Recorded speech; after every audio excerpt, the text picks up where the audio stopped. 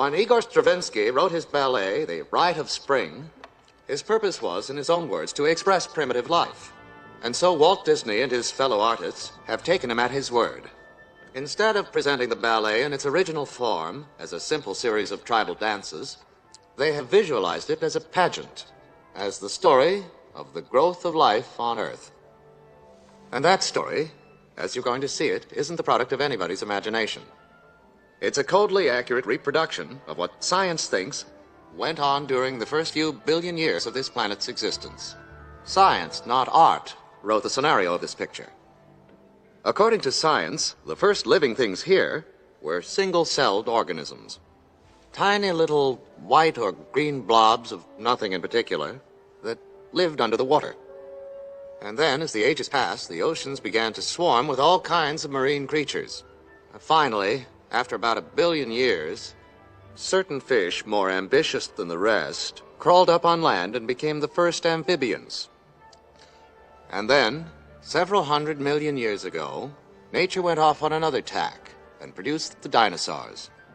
Now, the name dinosaur comes from 2 Greek words, meaning terrible lizard, and they certainly were all of that. They came in all shapes and sizes, from little crawling horrors about the size of a chicken to 100-ton nightmares. They were not very bright. Even the biggest of them had only the brain of a pigeon. They lived in the air and the water as well as on land. As a rule, they were vegetarians, rather amiable and easy to get along with. However, there were bullies and gangsters among them. The worst of the lot, a brute named Tyrannosaurus Rex, was probably the meanest killer that ever roamed the earth. The dinosaurs were lords of creation for about 200 million years. And then, well, we don't exactly know what happened.